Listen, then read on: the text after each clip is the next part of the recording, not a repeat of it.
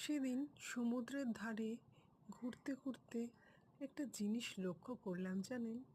আমি আগেও সমুদ্রে গেছি। হ্যাঁ, এখানেই গেছি, পুরীতে অনেক বার গেছি, কিন্তু এখনের মতো দেখলাম না কখনো। যে আগে তো প্রচুর ওখানে ঝিনুক কুড়িয়ে পেতাম, প্রচুর ছিল, কিন্তু এখন আর দেখতে পাইনি আগের মতো। কেন জানেন? কারণ আমাদের এখন প্রচুর দূষণ বেড়ে গেছে।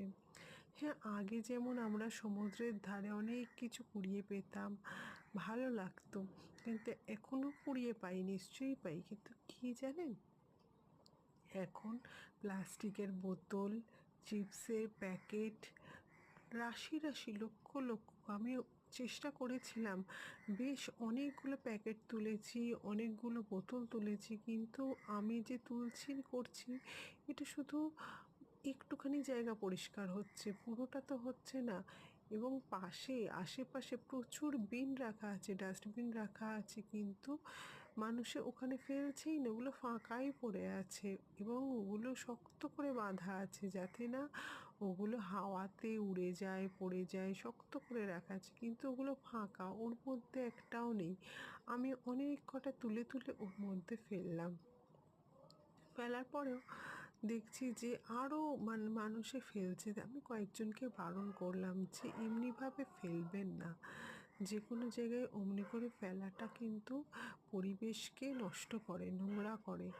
কিন্তু মানুষজন শুনলে তো, কেউ কারো কথা শুনতে রাজি নয়।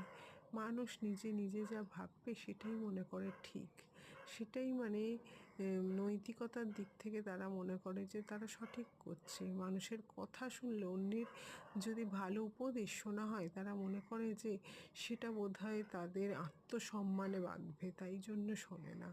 কিন্তু বিশ্বাস করুন, শুধু দেশ রাজ্য হিসেবে আমি কিছু বলছি না, আমি বলছি পুরো আমাদের আর্থ, যেটা নিজেদের বাড়ি মনে করুন। হ্যাঁ, এই আর্থটা যদি নিজেদের বাড়ি মনে করেন, তাহলে নিজেদের বাড়ি যেমন পরিষ্কার পরিচ্ছন্ন রাখেন অনেকেই, আবার অনেকে রাখেন না, তো সেরকমভাবে নিজের আর্টটাকে পরিষ্কার পরিচ্ছন্ন রাখুন, যাতে এতটুকু ময়লা, নোংরা, প্লাস্টিক, বোতল, চিপসের প্যাকেট না পড়ে থাকে। নিজের আশপাশটা পরিষ্কার রাখুন।